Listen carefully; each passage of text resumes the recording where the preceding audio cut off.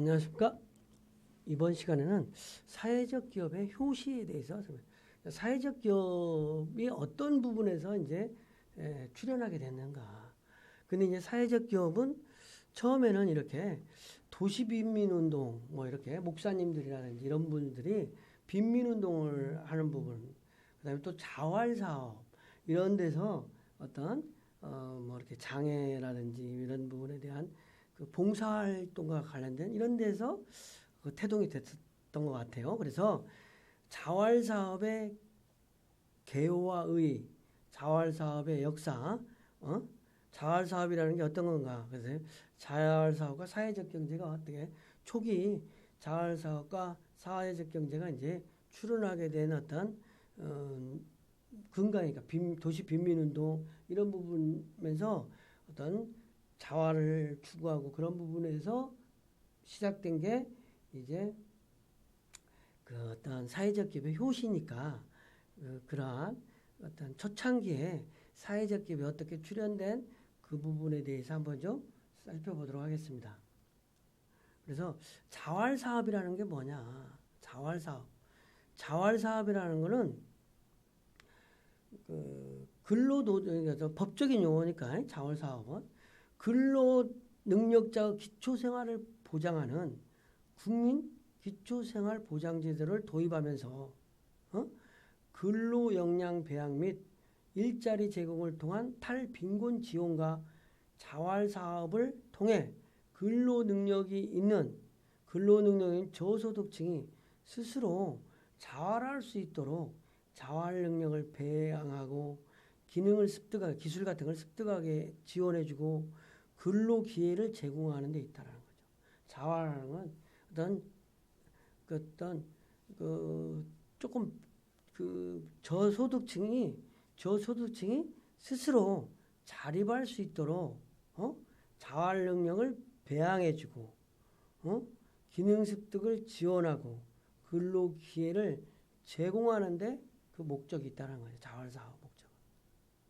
그리고 현재 자활사업은 어떤 자활사업이라는 거는 어떤 여러 가지 고용노동부와 보건복지 그러니까 각각 좀씩 다른 그 목적이 어느 부서 어느 동일하지만 그 관련 부처에 따라서 조금씩 이제 다른 영역을 하는 거겠죠. 그렇죠? 다른 영역을 보건복지부와 고용노동부 두 업 이제 각각 주관하는데 보건복지부에서 하는 거는 근로능력이 있는 저소득층 중 근로능력이 미약한 비취업 대상자의 자활능력을 배양시키고 직업능력을 향상을 지원하며 근로기회 제공을 목적으로 자활 촉진 사업을 한다. 그리고 이제 고용노동부는 근로능력이 뛰어난 취업 대상자에게 취업 프로그램을 제공하는 취업 지원 사업을 시행하고 있다. 그래서 취업 성공 패키지 프로그램이라든지 자활 사업 프로그램 중에는 자활 근로 사업, 자활 기업 및 창업 지원 사업, 자활 촉진 프로그램, 자활 사례 관리 이런 것들을 고용노동부에서 한다는 거죠. 그래서 우리나라에서도 그 어떤 국가에서 많은 이렇게 이제 어떤 그 저희가 될수록 그 세월이 흐르면 흐를수록 초창기에 시작된 거에서 더 많은 부분으로 어떤 발전되고 있는 것은 사실이에요. 많은 자활이라든지 어떤 그 자활 사업 이런 보건복지부나 고용노동부에서 그 어떤 하고 있는 프로그램들이 상당히 다변화되고 훌륭한 프로그램들이 많이 있어요. 그래서 자활 사업의 구분은 보건복지부에서 하는 취업 지원 사업과 같은 어떤 고용노동부의 그 기술 지원, 어떤 취업 지원도 그것도 취업 지원이지만 이러는데 보건복지부는 자활 근로 사업, 자활 기업 및 창업 프로그램, 사례 관리, 촉진, 근로 사업이라는 부분이 있더라고요. 그래서 근로자의 근로 유지 영어, 근로를 계속 유지할 수 있도록 자활 근로 사업이라는 것은 근로를 계속 유지할 수 있도록 한다는지. 그다음에 사회 서비스형은 어떤 사회 서비스 형태로, 그다음에 인턴 도우미형, 시장 진입형 이런 정도의 사업이 있다는 거죠. 그래서 자활 사업은 현재 시행 중인 사회 정책 중 시민사회 개입으로 만드는 유일한 사회 정책이다. 자활 사업. 사회적 기업의 효시이기도 하지만, 그래서 자활 사업은 빈곤 탈출을 위해서 시민사회 영역에서 시작된 빈민운동을 국가가 운영하는 제도 영역으로 흡수해야 돼. 그러니까 시민사회에서 했었던 거를, 시민사회에서 했었던 사업을 이제 국가에서 운영하는 제도 영역으로 흡수했다는 거죠. 아주 이게 중요한 사항인 거죠. 제도 영역으로. 현대 복지국가의 속성인 노동연계의 모습을 가진 대표적 사례이며, 노동할 수 있는 능력이 있는 사람에게 조건을 부과하면서 거기에 따른 시혜를 주는 신자유주의적 복지국가 재편과 맥락을 같이 한다. 그래서 노동할 능력을 갖춘 빈민이 사업에 참여하는 것을 조건으로 정부가 물적, 제도적 지원을 해주어 그들이 수급자의 지위에서 벗어나도록, 기초생활 수급자에서 벗어나도록 한다는 거죠. 신자유주의권은 한국형 복지주의다. 자활사업의 역할이 되게 큰 거죠. 우리나라에서 어쨌든 자활사업을 보건복지부에서도 하고 고용노동부에서도 하는데, 이 부분이 사회정책이라는 거예요. 그래서 어떤 이거가 시민사회 영역에서 처음에는 출발했지만 국가가 하니까 얼마나 더 잘할 수 있는 거죠. 탄탄하고. 그래서 노동할 능력을 갖춘 빈민이 사업에 참여하는 것을 조건으로 정부가 물적, 제도적 지원을 해줘 그들이 수급자의 지위에서 계속 빈곤한 상태에서 벗어나도록 하는 거예요. 정말 좋은 제도인 거죠. 그래서 도시빈민운동과 생산운동 역사는 어떻게 되는가. 이러한 자활사업의 뿌리는 2000년도에 국민기초생활보장법에 근거한 제도화 전 단계에서부터 시민사회 진영의 탈빈곤운동과 결합되어 생산 공동체, 노동자 협동조합 등이 형성한 것이 모태가 됐다는 거죠. 그러니까 자발적인 시민사회가 태동되면서 온 거야. 그래서 시민사회 진영의 빈곤층 최저생활 보장에 대한 강한 요구가 계속되었고, 애완이기로 계기로 국가를 둘러싼 경제적 이기라는 구조적 조건과 결부되면서 제도화가 이루어졌다. 그래서 한국에서, 우리나라에서 자활사업이 국가에 의해 시행되는 제도가 된 배경에는 사회운동으로 빈민운동이 중심이 되어 있다는 거예요. 빈민운동.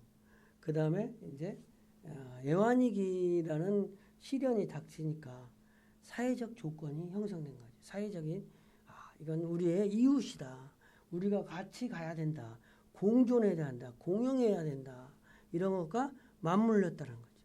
신자유주의적 경제구조 전환과 같은 국제적 환경 변화도 영향을 미친 거죠. 우리나라에서도 자활산업이 시민사회 영역에서 국가가 책임지게 되는 계기가 이러한 역사적인 배경이 있었다는 거죠. 그건 되게 중요한 개념인 것 같아요.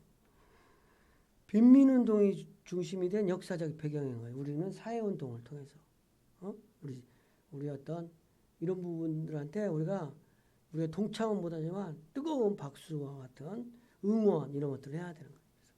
그다음에 애완이기를 통해서 변화된 사회적인 조건, 그다음에 경제구조 전환과 같은 국제환경이 변화되는 거, 그다음에 지역 주민운동은 이제 시기적으로 보면은 공동체, 지역 주민운동은 도시 빈곤층의 사회권 보장과 자활능력 배양이라는 사회경제적 과제 해결의 조직적 대응하려는 철거 반대 운동, 생산 공동체 운동으로 나타났다는 거죠. 협동조합 형태의 생산 공동체는 주민들의 불안정한 고용 조건을 개선해 빈곤에서 벗어나고자 하는 분명한 목표를 가지고 시작된 주민 공동체 운동이라는 거죠. 주민 공동체. 그리고 어찌됐든 이렇게 생산 공동체 운동의 진정한 목적은 지역 주민 지도자를 찾아 이들을 개발하고 전파하는 것이다. 주민들이 함께 모여 생산 활동을 하면서 올바른 사회적 인식과 인성을 갖추도록 하여 이들이 생활 공간 속에서 더 많은 주민들에게 사회적 영향을 전파할 수 있는 역량을 강화하는 데 있다는 거죠. 그래서 우리나라가 90년대의 도시 빈민지역 생산 공동체 조합을 보면 이렇게 쭉 마포건설, 일꾼두레, 송세밀터 어떤 이렇게 많은 사람들이 생산 공동체 협동조합을 설립하면서 기반이 됐다는 거죠. 그다음에 그러다가 이제 자활 시범 사업 시기가 있었다. 96년에 자활 시범 사업이 시작될 때까지 빈민운동 관련 종교 지도자, 빈민운동가, 연구자들이 핵심이 됐다면 협동조직체로서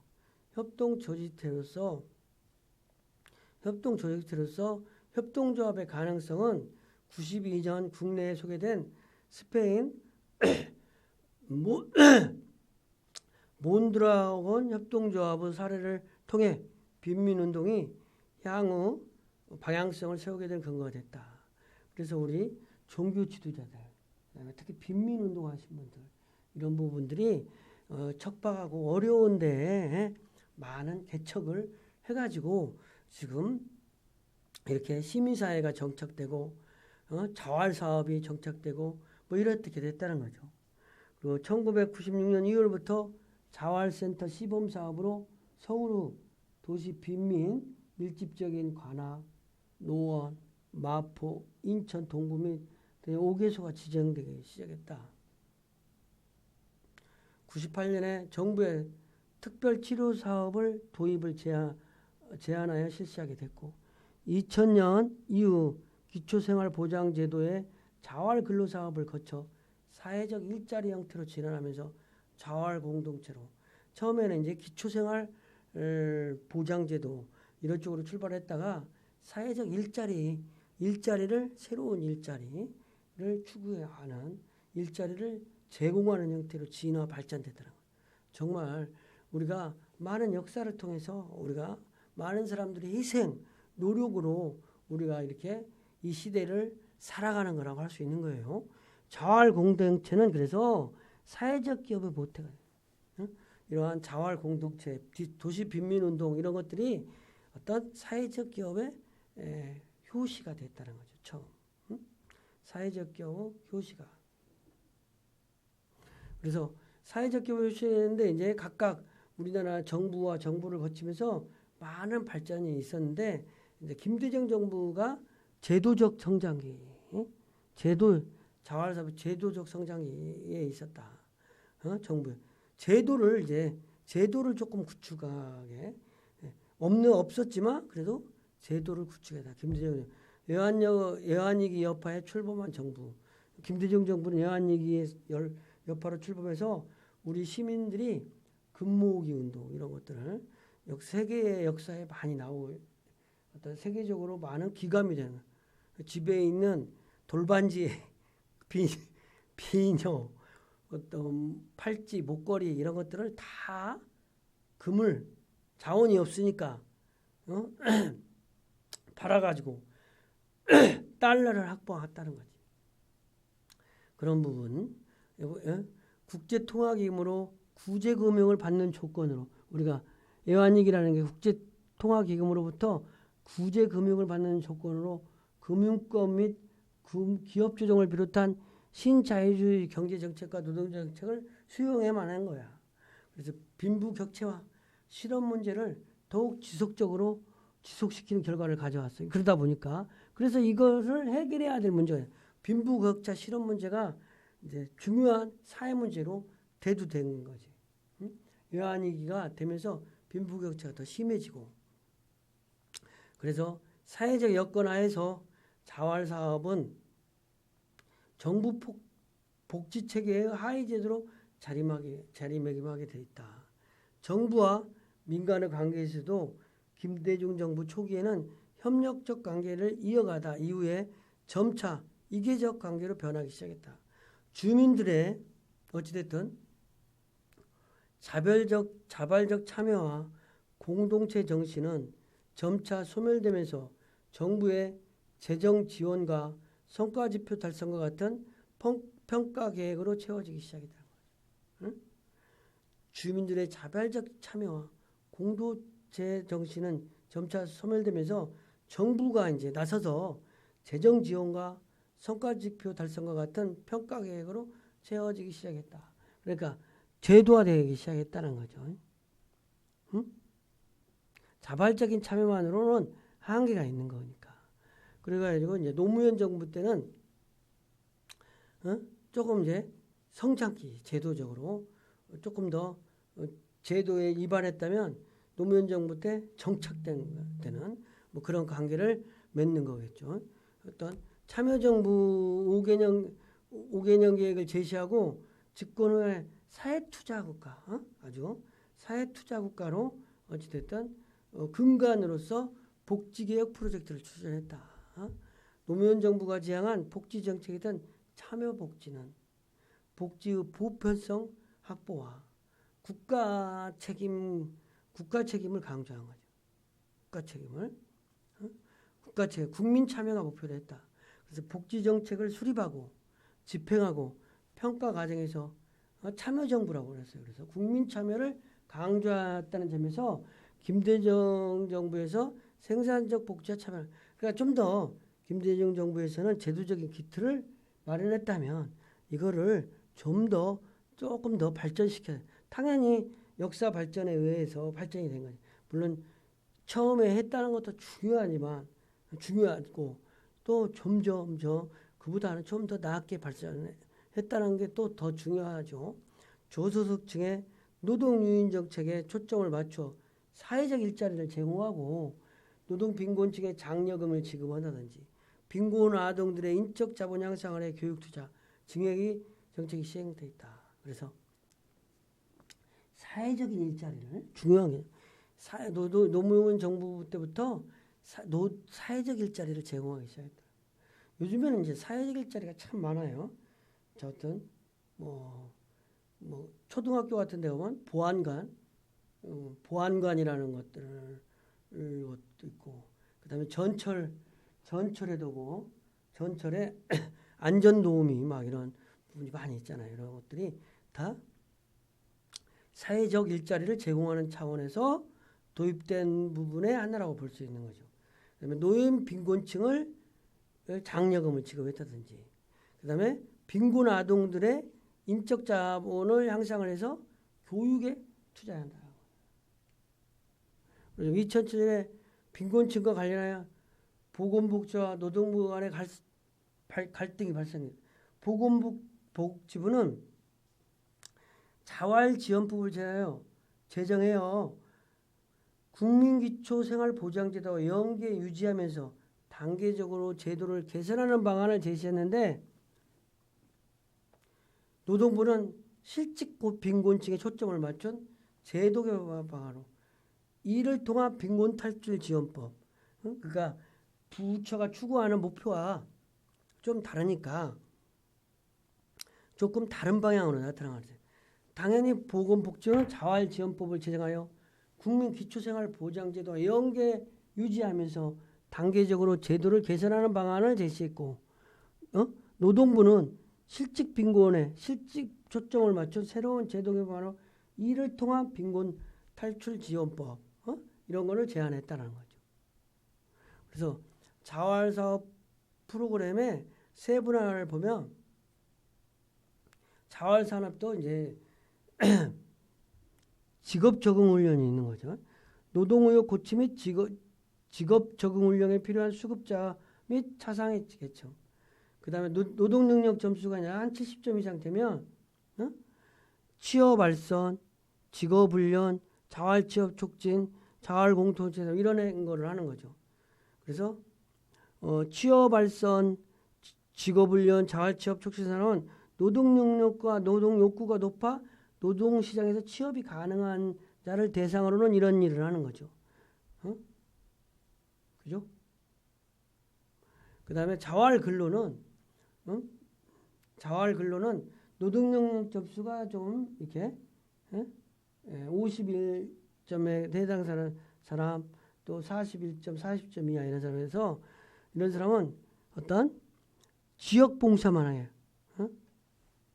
그 다음에 이런 분은 자활 근로는 시장 진입형, 인턴형, 사회적 일자리 근로 유지형 이렇게 해서 시장 진입형은 자활 근로 프로그램에 참여 욕구가 있는 자, 일용 임시적으로 직업 경험 있는 자를 대상으로 이런 걸 하고 근로 유지형은 노동 강도가 낮은 사업 참여가 가능한 자, 건강, 양육 등 가구 여건상 관내 사업만 가능한 자를 해서 근로를 유지하는 어떤 그 부분. 이제 제도적 전환기로 이제 이명박 정부에 들으면서 이명박 정부 이제 물론 그 김대중 정부하고 노무현 정부가 어떤 10년 거쳐서 이명박 정부로 되면서 또 조금 더 한층 전환되는 거죠. 이명박 정부에서는 노동시장이 너무 이제 양극화되니까 불평등화되고 소득 분배 구조를 개선하지 못한 채 등장한 거죠. 그래서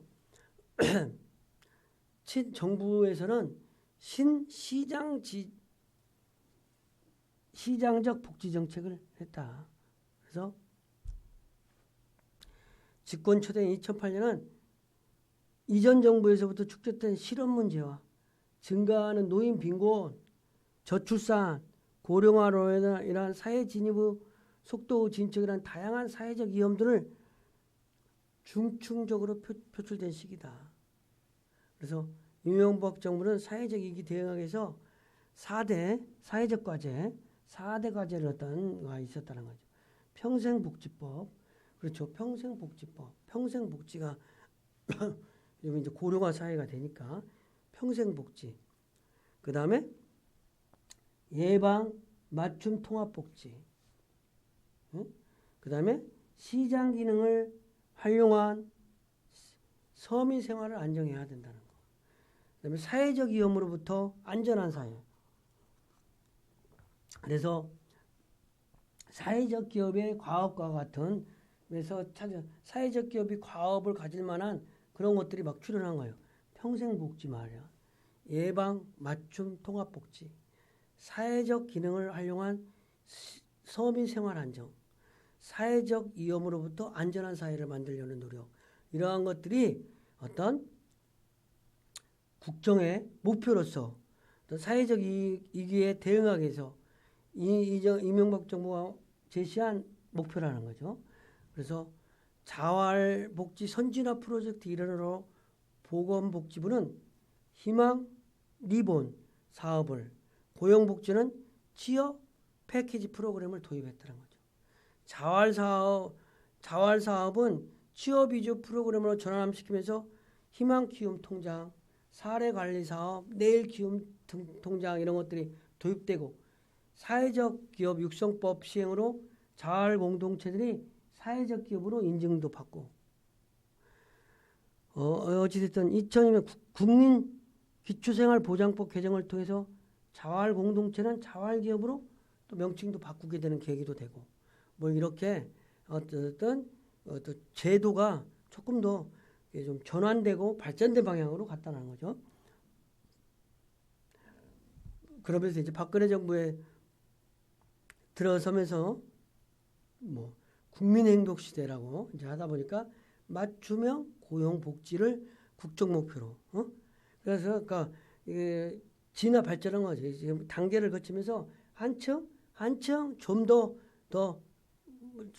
좋은 방향으로 가려고 노력을 하고 있어요. 우리가 어떤 자활 산업이 국민기초생활보장법이 대폭 개정되기도 하고, 통합형 급여체계가 폐지되고 맞춤형 급여체제가 도입됐다는 거죠. 2015년. 그래서 빈곤선 측정에 기준 중위소득을 적용하고 교육급여 의무부양자 기준도 폐지하고 수급자 선정 기준인 최저생계비가 기준 중위소득으로 바뀌었지만 빈곤 사각지대 해소를 위한 수급자 선정 기준 개선과 재산의 소득 전환제를 그대로 방치됐다.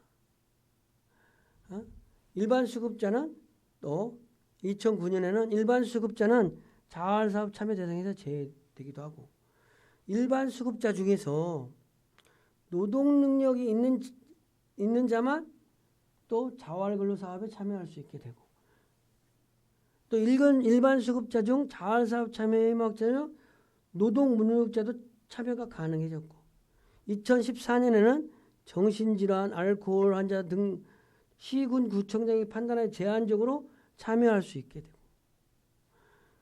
일반 수급자 중에 2015년에는 자활사업에 참여 희망자 중 만 65세 이상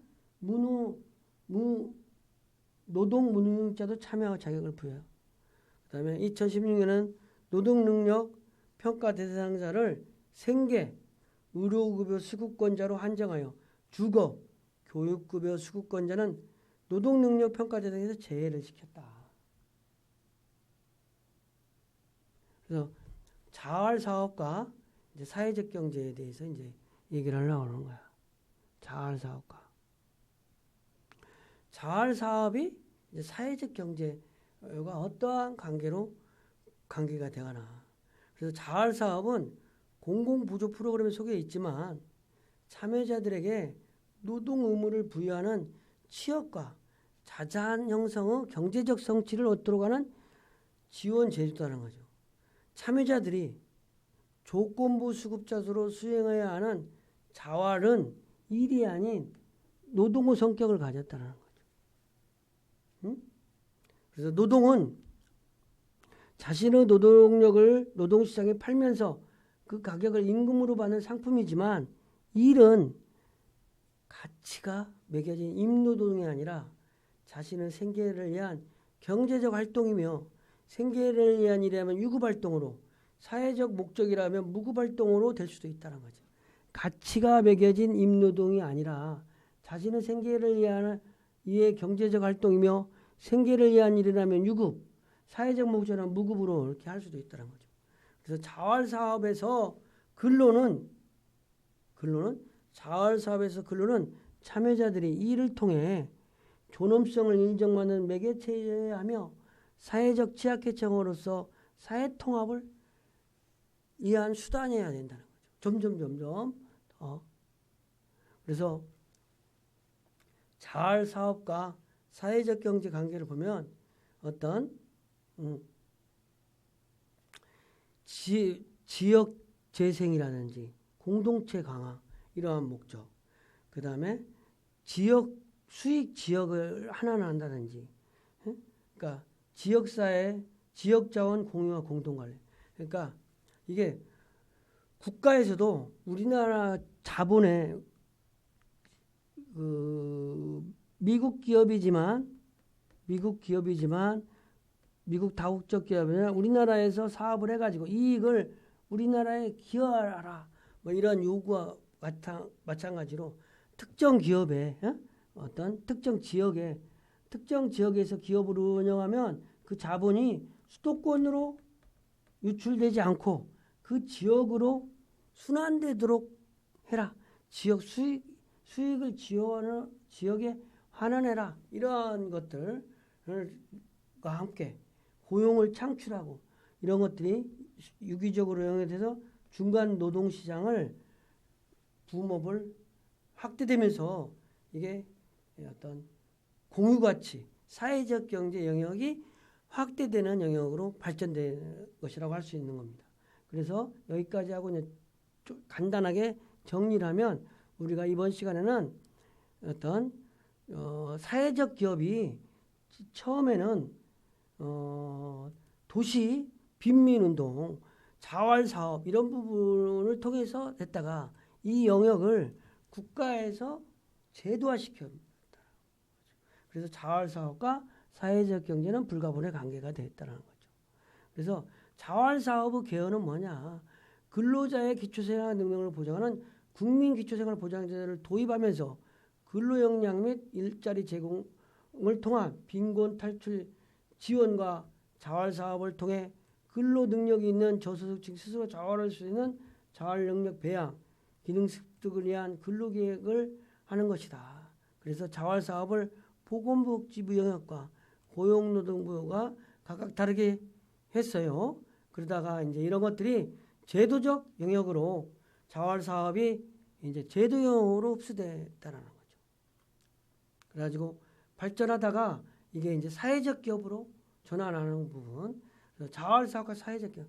자활사업은 어쨌든 근로는 자매자들이 이를 통해 존엄성을 인정받는 매개체여야 하며 사회적 취약계층으로 사회통합의 수단이 돼야 된다는 거죠.